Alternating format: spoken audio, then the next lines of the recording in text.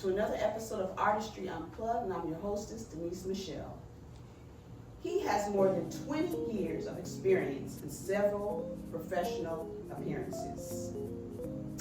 His awesome sounds, coupled with exciting energy, has allowed him to be one of the most sought after local artists. He enjoys mixing events such as festivals, weddings, corporate events, and more. He thrives on expressing his creativity through his music. He is set to release his first single entitled Nightcap soon. Please give a warm welcome to Mr. Brandon Robertson. Thank you. Yay! Welcome, Mr. Brandon Robertson. How are you today? I'm good. It's kind of early today. Oh, it's not too early. Actually. I got a 1-year-old at the house. So Do you? yes, Okay. Lord. So 11 o'clock is late. Yeah, I get that. Yes. Well, we're certainly welcome to have you here with us. Thank you. So let's just jump right into it. Your instrument is the saxophone, correct? Yes, ma'am. Okay. What motivated you to choose that particular instrument? Funny. What captivates you about it? So originally, when I got into a kind of instruments in a sense, I originally wanted to play. Well, originally I wanted to learn how to play piano. Mm-hmm. And as a kid, nobody really would actually show me how to play. Oh, yes. So when I got to middle school, I jumped in the middle school band, and originally I wanted to play drums. And the teacher was like, nope, we got too many of those. Is there anything else you want to play?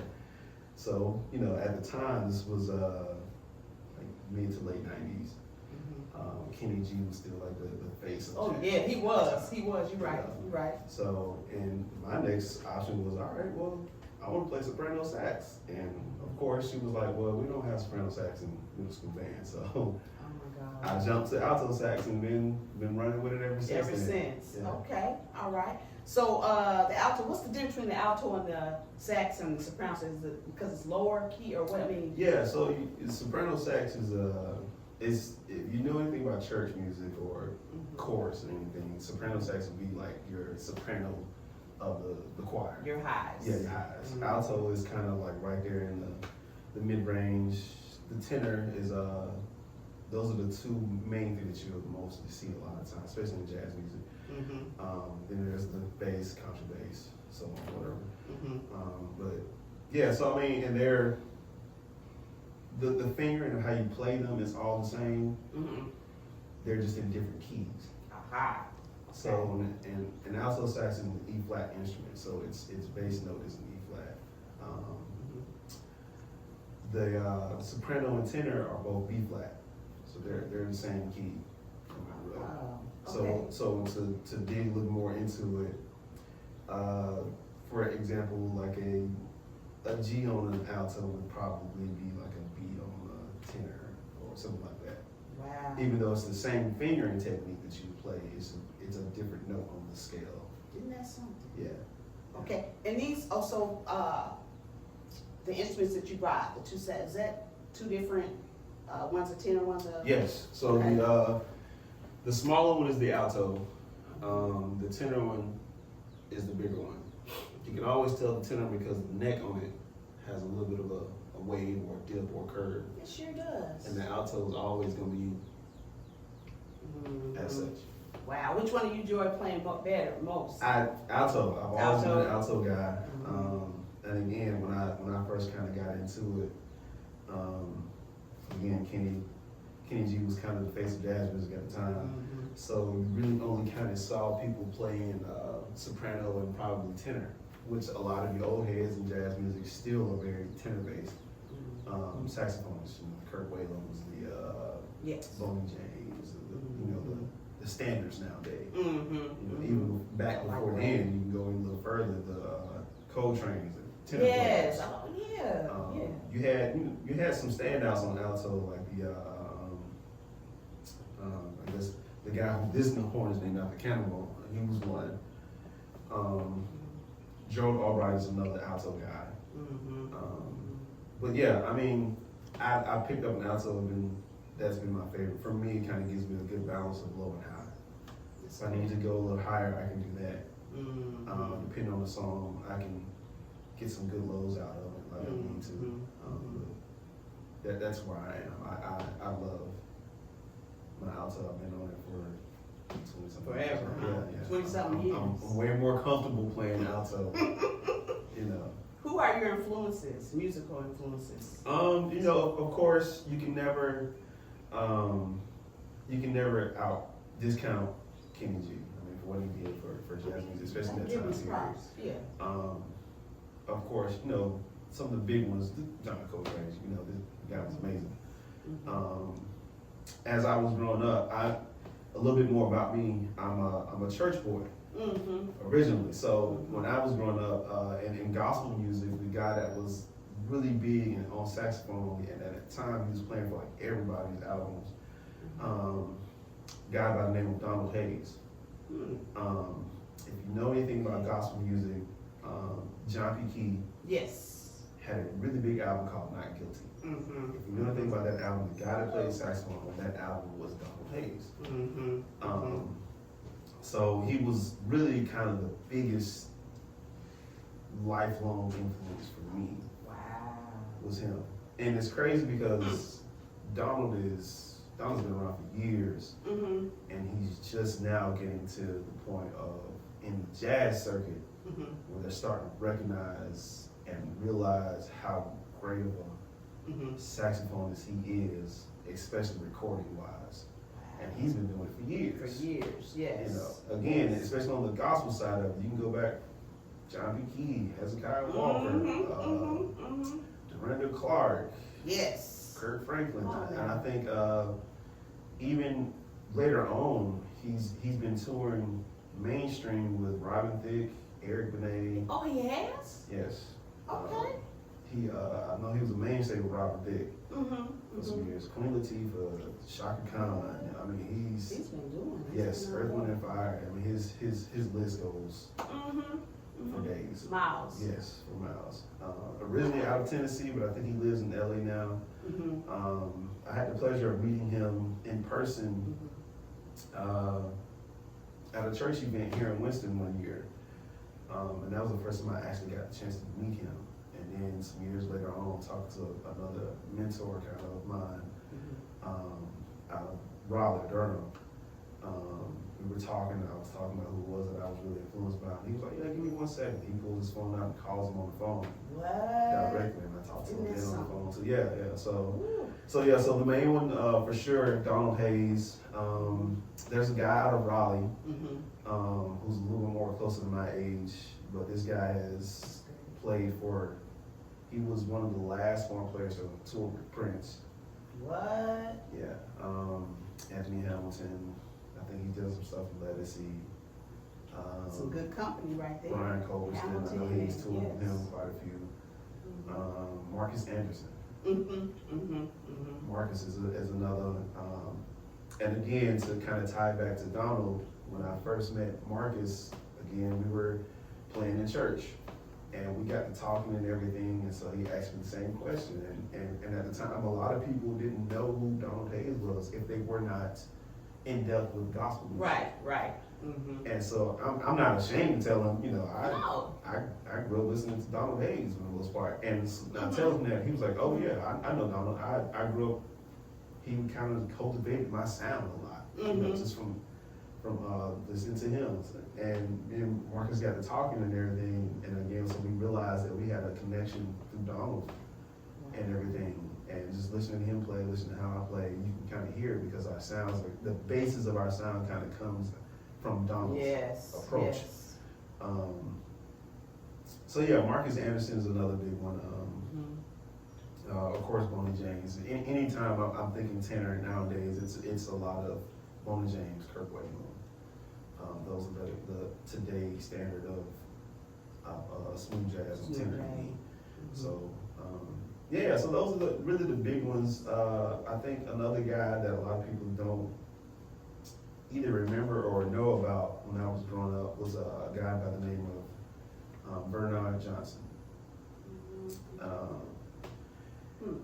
Bernard was a showman for gospel music and on sax. I remember, and this is the first time I had been to a big time concert for saxophonists. My aunt, I was living with my aunt at the time, and I think I had just kind of started. And he came through Winston-Salem, and it wasn't at a church. It was actually at the convention center. Okay. Mm-hmm. And they had it in the big room downstairs, and it was packed just to come see him play. And I remember him doing his set. I think it was an all gospel set that night. He did his set. I remember watching him walk around the crowd. Mm-hmm. You know, Showmanship, laying hands, you know, all that good stuff. Mm-hmm. And I think I'm like 12 at the time. You was like, "Oh, yeah, I was, because we had, I think my aunt and them had a video of his at the time. VHS was the thing back then, so Yeah. we had a video of him at the time of somewhere performing, and he had like this massive, it looked like it was about 200 people choir back him in the background, doing a whole recording and everything. So that's kind of one of the people that really kind of pushed me in it. And as I got into it, Donald kind of just took over. Yeah. So. Wow. That's some good ones. Yeah. Oh, some yeah. good influencers. Oh yeah. Marcus, as I got older and really kind of started paying attention to Marcus, he kind of, from that point, really kind of took over a little bit more for me on the, especially on the showmanship side of it, the approach on the stuff. And then with him, it was a lot more of on the other side, not so much gospel, but in the R&B jazz world. So, what out of all the genres, what do you like to do best? Probably more so jazz. That's where I'm at right now. That's where you are. Again, I'm a church kid, so gospel is always gonna be here. That's one of the things. I hate to put it like that, but I can kind of do gospel in my sleep. Right. You know, because again, the approach for gospel is a lot more simplistic when it's just you as a saxophone player playing on it. So you know, there's not as much. You don't have to do as much to be effective with gospel music. So I can do gospel music in my sleep. I mean, again, I started out my very first, and not to go too far in the interview, but my very first solo was at church. The very first opportunity I got to stand in front of people and play was at church. What was that like? Oh man, it was nerve-wracking. Right. I was 12 maybe, I think, at the time. And it was for St. Peter's Word Army Center. I think they were doing like some auditions or something like that at the time. Again, I had just got started. And this was before they moved into the building that they're in now. And so I had to pick a song and I had to go out there and perform it by myself. Woo. Yeah. That's tough. Yeah. So naturally, I think at the time I might have had like 2 good songs that I could probably do. And so the one that I felt most comfortable with was Amazing Grace. So that was a perfect one. Yeah. Simple. I can maneuver like I kind of want to at the time, and just kind of go with it. So they gave me a little room in the back or whatever, and I just kind of, just played a little bit with it, and it was my time. I just kind of went out there and did the best that I could with it. And from that point on, it's really just kind of stuck with me. So. So we could probably hear in your music the gospel influence in it. Oh yeah, for sure. Yeah. For sure. Yeah. Okay. For sure. My dad was a quartet guy. Oh. Yeah. So growing up with him, it was a lot of quartet. So wait, singing or he played Singing. instrumental? Okay. Yeah, Okay. singing. Okay. All right. So how would you describe your own unique style or approach to playing the saxophone? Oh man, my style is very simple, effective. I like to put it as a sax player in any situation that I walk in, it's my job to put that extra sauce on top of it. Absolutely. It's my job to make it. Put it on the top. Yeah, it's my job to make it even more sexier than what it actually is. Yes, because it's a sexy It instrument. is. It really is. It is. So, it's my job, in church, it's my job not to be overpowering, because in church, it's different. It is. The most important part in church is the lyrical content. So it's my job to really help relay the message, and the opportunity presents itself, then go in and do how I feel. Yes. So first and foremost, So with that, even with an R&B gig, a jazz gig, first and foremost, it's my job to make sure that I relate the message. Whatever song that we're playing first, establish the song, and from there go to however it is you want to go with the song at that point. Do you find yourself when you're playing in church pulling back, or do you feel like sometimes you gotta let go and just kind of, do we want to let go? And Oh yeah, in church for sure. It's such a feeling, spiritual thing. Oh yeah, for sure. It's one of those things you kind of have to,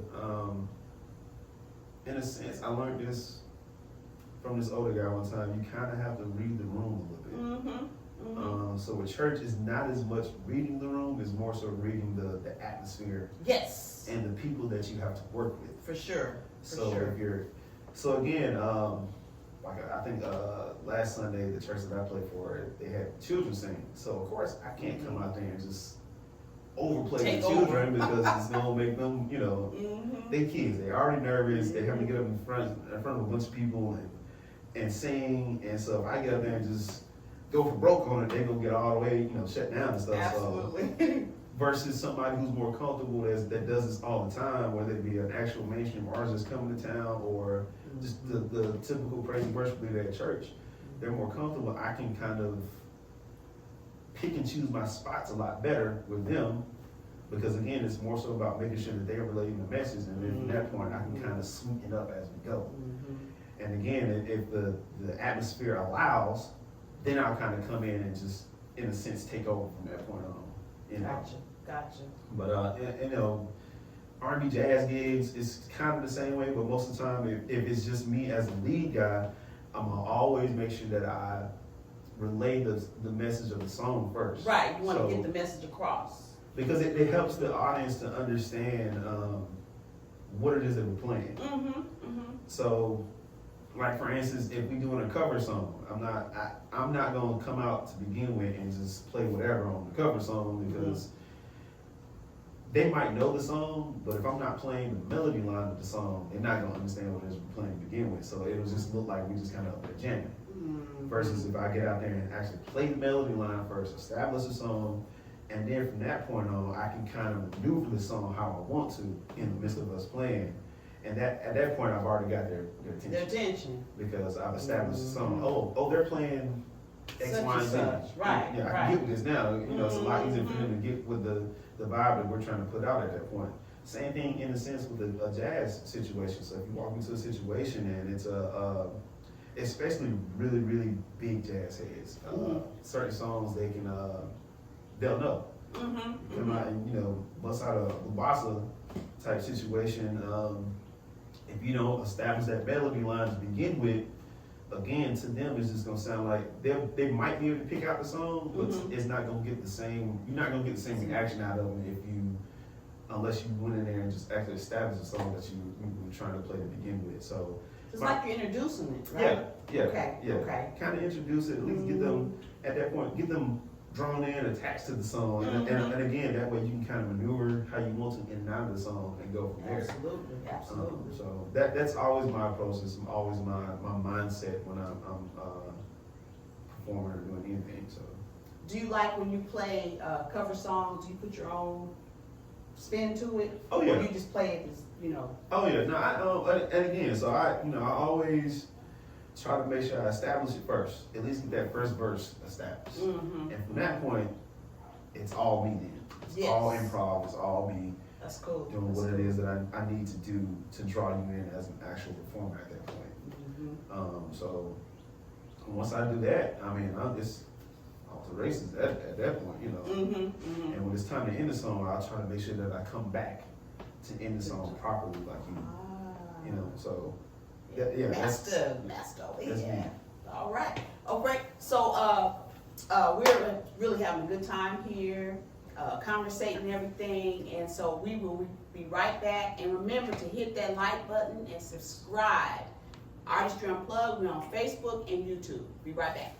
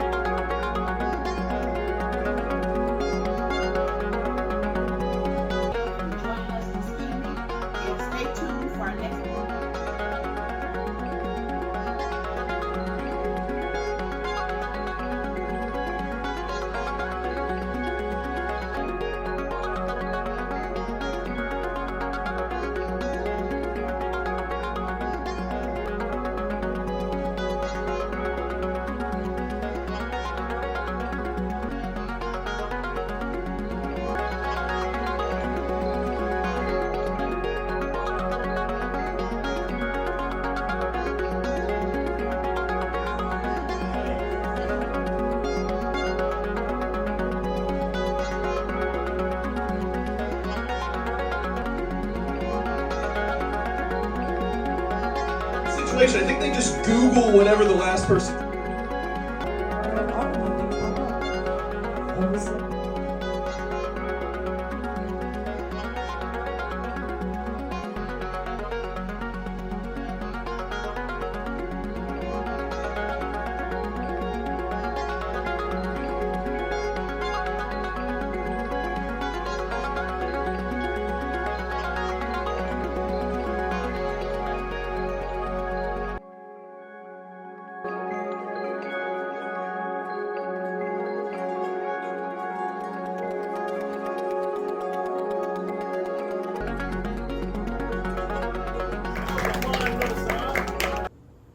Welcome back to Artistry Unplugged. I'm your hostess, Denise Michelle. I'm sitting here with Mr. Brandon Robertson.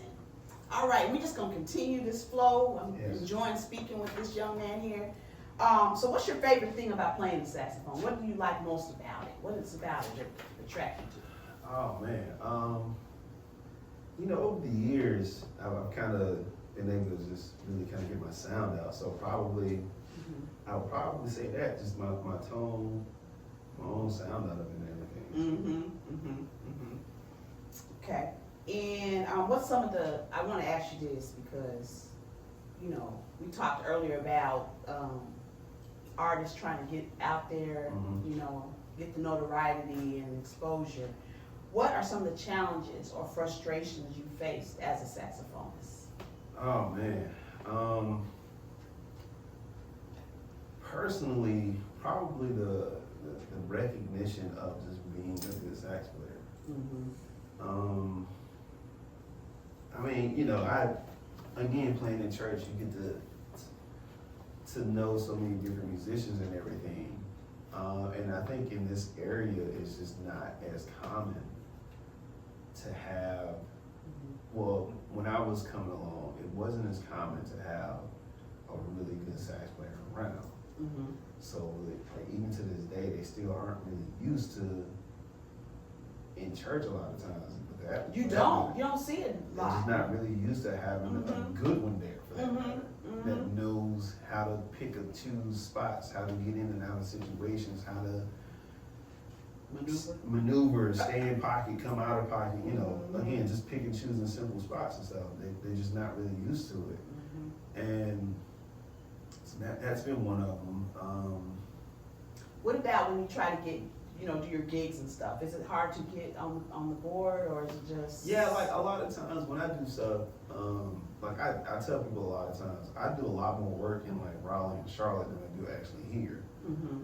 Whether it be a wedding or some corporate event, like I do a lot more stuff between them two cities than I do my actual own. And so for that, it's hard to tell people to come out because I'm not really getting anything at home, you know, like that. So that's sad that you have to go somewhere else. It is. I was talking to a friend one time and I was telling them, you know, a lot of times for the musicians that have made it out of North Carolina onto like mainstream gigs and stuff, it's sad because they have to leave North Carolina or leave their own city to get recognition, to be known back in their own city as being a top tier musician, which is sad. That's sad. That is. That really is. But yeah, I mean, I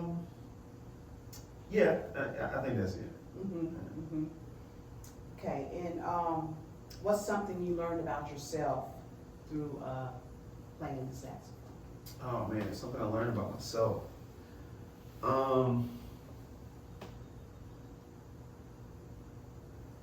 I guess I'm a lot more capable than what I gave myself credit. One of the things, I have two boys actually, so one of the things I'm teaching my oldest boy is be confident in what you can do. Right now he's into sports, he's into basketball, and so one of the main things with him is getting him to understand, again, be confident in what you can do. So don't walk into a situation already scared and nervous, and you don't know who it is that you got to face to begin with. They don't even know if you're good or you ain't good type situation. So, you know, and I had to learn that because when I really started getting into playing the sax, it started being, instead of me just being a part of somebody's band, to me being the front guy of whoever band I was playing in. So I had to get used to standing out in front of people and actually being the performer now. and not just sitting in the back and just playing. Yeah, right. And so with that, I had to get used to standing on stage and having all the attention on me. I had to get used to that nervous feeling of, all right, I'm about to go on. Are you sitting here telling me you don't never get nervous when you go on? Oh, I do. Okay. I do. I was like, wow, this is really good. No, I do. And again, so when you do the counteract that? I'm a big believer in the only way to get over your fears is just face it. Just face it. Like that's the only way. Right. At that point, before I get nervous for an event or a show, at that point, I'm there to do the job. So nervous or not, I gotta go out there and go do it. And at this point, I gotta be the reason why they hired me. Type situation. So I get nervous all the time. I guess it's only a human thing, right? Yeah, you don't get nervous something wrong. For me, it keeps you kind of grounded a little bit to get a little nervous. And depending on the situation, there's sometimes, or quite a bit of times where I can walk into a situation I'm not nervous at all. Now that might depend on who it is I'm playing with. Yes. There might be some people I've performed with before, and I'm already comfortable with who it is I'm playing with, or maybe I've just spent a crap load of time just working on the material, and I put too much time in it to be nervous to begin with. Wow, But that's good. Is it because of the crowds? Do you like smaller crowds perform with or larger crowds? Smaller crowds to me are kind of a little bit worse because it's more intimate. It's You more feel intimate. vulnerable? They don't have. There's nothing else around them other than just you.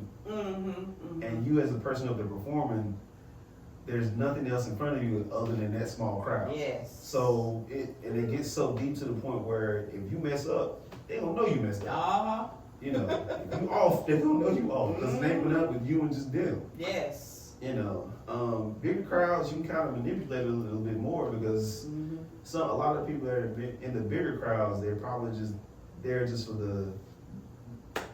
the free time, live music type situation. They just want to get out the house. Or they're paying attention, but they ain't paying attention. Situation. So you can kind of look past that a little bit. And even with a bigger crowd, you can kind of just look over the crowd, not really paying too much attention to the one or two people in front. Versus a smaller crowd, again, it's just you and the 20 people that's there. That's right. And at that point, you gotta be good because if you're not, it's gonna always get around that. We had this guy here, and he wasn't really that good. He wasn't hit on nothing. So, That's not good, y'all. That's not good. No, it's not a good feeling at all. Okay, well, we're gonna take another break. When we come back, Mr. Brandon Robertson is gonna play us a little something. So I'm so excited. So y'all in for a treat. So remember to hit that like button and subscribe. Facebook and YouTube. Artistry Unplugged. We'll be right back.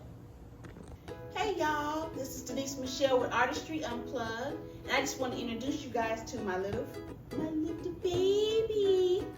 Her name is Scarlett, and she's a Morkie. Artistry Unleashed. Say hi. Thank you guys for all the support that you guys are giving. Thank you. Thank you.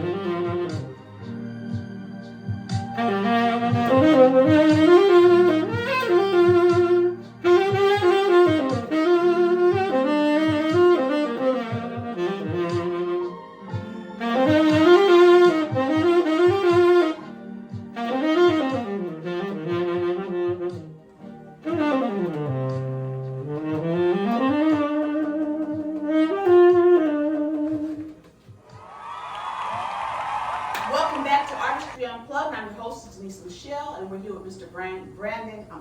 Robertson. And Mr. Brandon, tell us about that song. So Nightcap, it's about to be my first single that I'm about to put out for the world. This song is, you hear artists say it a lot of times, but this one is truly my baby. This is the one that I kind of came up with myself. I was sitting at home one day and just kind of frustrated with not being able to find the right people to work with. And so I found myself online and just downloaded a bunch of stuff and just started making stuff work. And so I'm a big believer in just kind of letting the song talk for itself. Yes. Letting the song tell me what it wants to say. And this song, that's kind of what happened. I just kind of sat there and once I pieced together what I wanted from the basis of the song, I just sat there and just kind of let the spirit just kind of download into me what it is that it wanted to say. And that's how the melody line, the hook and everything just kind of came about. And once I got that situated, I took it to a friend of mine and he worked it a little bit, and I took it to another producer friend of mine and he worked it some more and we came up with this one. So, and the whole, the name itself was just really, I was kind of thinking, kind of old school a little bit, back in the day, nightcap was just how you ended the night on a good date. Type situation, you went back to the house and you went and got some coffee or whatever the case may be after a good date and had a good nightcap. So that's what I named it. Because I wanted it to kind of have that feeling, that vibe. And so we have nightcap. I'm telling you, and I was feeling that vibe. That's a perfect title for the song. Thank It's you. a beautiful song. Thank you. I think it will do well. Thank you. You should be proud of yourself. Let's Thank go. And so when are you going to drop this? Soon. Very soon. I had to do a photo shoot about a month ago, and so it was a matter of just really kind of getting that squared away, going through the pictures to see which one I actually really wanted to use for the actual, cover. Yeah, the cover and everything, the song and everything. So I think I've got the one that I want. So now it's just a matter of going through the whole process of putting it out correctly. It's a process. It is. It's a process. It is. So what do you hope the listeners will take away from our conversation today? That one, I'm here to stay. I'm an actual legit jazz artist. I'm here in Winston. Call me. Yes. Yes. My goal is to take over my area. My thing is I don't want anybody to come to Winston-Salem and not know who I am. Yes, absolutely. As a jazz artist, as a saxophone player, so I kind of take it as an offense when we have mainstream artists come to town and they use wherever they use on saxophone. Which some of them I might know, some of them I don't. But the fact of the matter is, why not call me if that's the case? Why not use me as a headliner? Yes. That's my mindset. So I want to take over my area and then from there branch out. And you guys heard it right here on Artistry Unplugged. Give this brother, give him a call. How can they reach you if they want to reach you for events and? Yeah, so my website, I will definitely make sure that you guys have it and post it up. Brandon Robertson, sax.com/square. I think that's the name of it. We just redid the website. Of course, my IG, Instagram, R&B Sax 23. You can reach me there. Facebook, I think it's Brandon Robertson. You can reach me there as well. My email, brobertsonsax.com or @gmail.com. You can reach me there as well. All right. And we definitely will be hearing more from this young man, Brandon Robertson, in his house. All right. And I always end the show with one of my things I do. If you had a superpower, what would it be and why? I think right now it would probably be the ability to fly. One, I travel a lot, and one of the worst parts about having to travel and being a musician is it's the load up and come back home. Especially certain nights, it's late. Yes. And you gotta drive by yourself, you just don't feel like it, or with some people, it's just a lot.